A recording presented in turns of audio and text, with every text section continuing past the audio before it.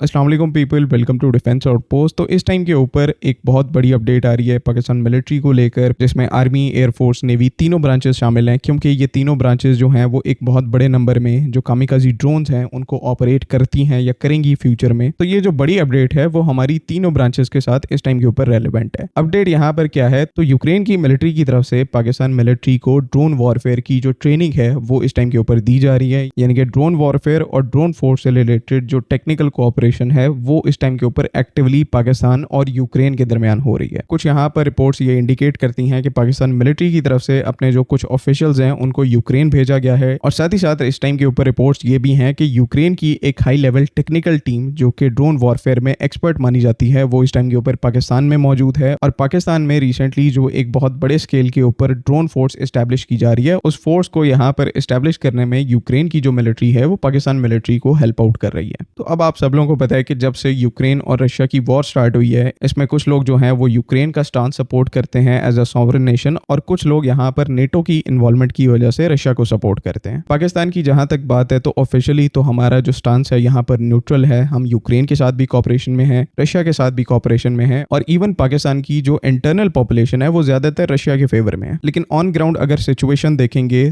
तो हमारा जो एक प्राइम एडवर्सरी है इंडिया, रशिया का सबसे बड़ा कस्टमर है। ज्यादातर रशिया के जो सोफिस्टिकेटेड वेपन सिस्टम्स हैं वो अपने इंडिया को प्रोवाइड करता है, और साथ ही साथ अब ये सिलसिला हमारी वेस्टर्न साइड के ऊपर यानी कि अफगानिस्तान के अंदर भी स्टार्ट हो रहा है। लेकिन फिर भी हम यहाँ पर ये चीज नहीं कहेंगे कि रशिया डायरेक्टली पाकिस्तान के अगेंस्ट में चीजों को प्ले आउट करने की कोशिश कर रहा है। जस्ट उनको उन कंट्रीज से ज्यादा एडवांटेज मिल रहा है जो कि पाकिस्तान के अगेंस्ट में खड़ी हैं। तो नेचुरली यहाँ पर ऐसी पोजीशन में आप कुछ नहीं कर सकते। रशिया के साथ हम अच्छे डिप्लोमेटिक टाइज को मेंटेन करते हैं, लेकिन जो मिलिट्री कॉपरेशन है वो इस टाइम के ऊपर ना होने के बराबर है। दूसरी साइड पर यूक्रेन और पाकिस्तान का जो केस है वो काफी ज्यादा इंटरेस्टिंग है। एक, क्योंकि 1980s 90 से हम वेस्ट के काफी ज्यादा करीब थे, तो हिस्टोरिकली यूक्रेन के साथ भी हमारे टाइज अच्छे रहे, और इवन हमने उनसे यहाँ पर सिग्निफिकेंट जो मिलिट्री इक्विपमेंट है वो परचेज किया है, जिसमें TATUD टैंक्स शामिल हैं। उसके बाद हमारे जो only air to air refueller aircraft हैं IL-78 जैसे, उनको हमने यूक्रेन से परचेज किया, और आज भी यूक्रेन उनको मेंटेन करने में पाकिस्तान एयरफोर्स की हेल्प करता है। तो मतलब बात करने का ये कि जब आप रशिया और यूक्रेन के कंपैरिजन में देखेंगे तो मिलिट्री डोमेन के अंदर, डिफेंस डोमेन के अंदर पाकिस्तान की जो कोऑपरेशन है वो यूक्रेन के साथ काफी ज्यादा अच्छी रही है। और मोर इंपॉर्टेंटली यूक्रेन ने हमें क्रिटिकल टाइम्स के ऊपर सपोर्ट भी किया है।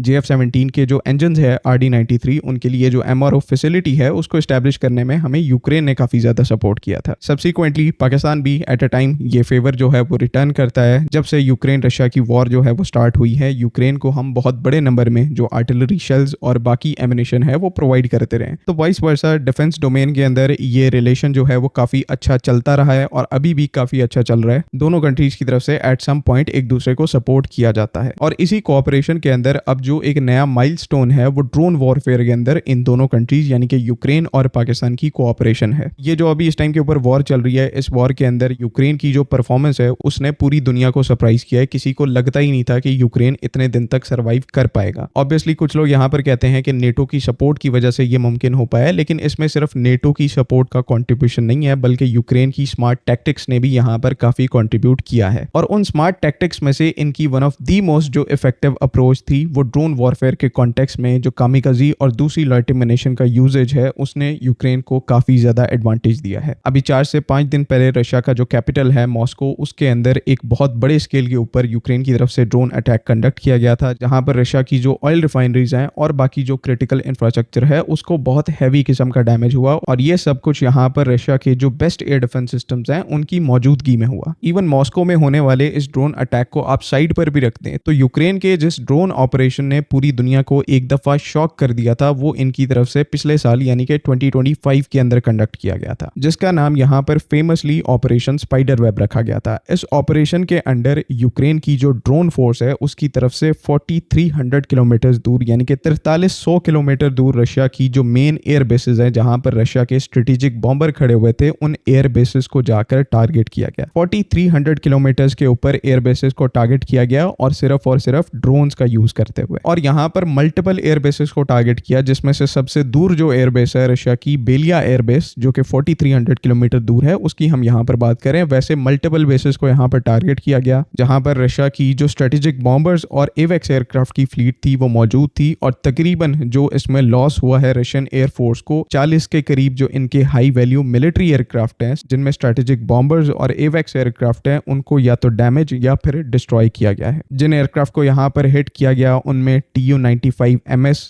Tu-22M3 और अब तक के रशिया के most advance strategic bombers Tu-160 white sworn, उसके बाद A-50 जैसे जो एवेक्स प्लेटफॉर्म्स हैं जो कि one of the most critical asset होते हैं। तो इन सब एयरक्राफ्ट की जो फ्लीट्स हैं उनको हैवी लॉसेस देखने पड़े और कुछ तो इनमें से यहाँ पर प्लेटफॉर्म्स ऐसे हैं जिनकी जो प्रोडक्शन लाइन है वो क्लोज हो चुकी हैं और दोबारा से इनकी जो फ्लीट है उसको बिल्ड नहीं किया जा सकता। तो ये यहाँ पर एक और बहुत बड़ा कैपेबिलिटी लॉस था रशियन एयरफोर्स के लिए और इनकी जो स्ट्रेटेजिक बॉम्बर्स की फ्लीट है उनके लिए। ओवरऑल यहाँ पर इस पूरे ऑपरेशन स्पाइडर वेब के अंदर रशिया को $7 बिलियन का लॉस देखने को मिला और ये यूक्रेन ने अचीव किया सिर्फ 113 ड्रोन से और वो भी FPV ड्रोन थे। और इन ड्रोन्स को यहाँ पर बड़े बड़े जो कंटेनर्स हैं उनके अंदर बंद करके रशिया के अंदर स्मगल किया गया यूक्रेन की जो इंटेलिजेंस एजेंसी है उसकी तरफ से। तो ना सिर्फ यहाँ पर ये एक बहुत बड़ी स्ट्रेटेजिक विन थी यूक्रेन के लिए बल्कि ये एक बहुत बड़ी इंटेलिजेंस विक्ट्री भी थी। तो ये ऑपरेशन मेंशन करने का मकसद यहाँ पर आपको बताना है कि यूक्रेन किस लेवल की एक्सपर्टीज रखता है ड्रोन वॉरफेयर के अंदर, ड्रोन फोर्स के अंदर और ऐसे जो बड़े लार्ज स्केल के ड्रोन अटैक्स हैं उनको कैरी आउट करने के अंदर। सिर्फ आपके पास प्लेटफॉर्म होना, ड्रोन प्लेटफॉर्म होना वो जरूरी नहीं है बल्कि इनको एक साथ सिंक्रोनाइज्ड मैनर में बड़े नंबर में डिप्लॉय करना ये भी एक बहुत बड़ी टेक्निकल एबिलिटी होती है जो कि यूक्रेन ने मास्टर की है। और इस टाइम के ऊपर पाकिस्तान मिलिट्री भी कहीं ना कहीं इस डोमेन के अंदर स्टेप कर रही है और इसी चीज की ट्रेनिंग वो यूक्रेन से ले रहे हैं। तो ओवरऑल यहाँ पर ये एक बहुत बड़ी अपडेट और डेवलपमेंट है कि ना सिर्फ हम जैसे पहले डिस्कस कर चुके हैं कि एक बहुत बड़े नंबर में जो कामिकाजी ड्रोन प्लेटफॉर्म्स हैं लॉन्ग रेंज के उनको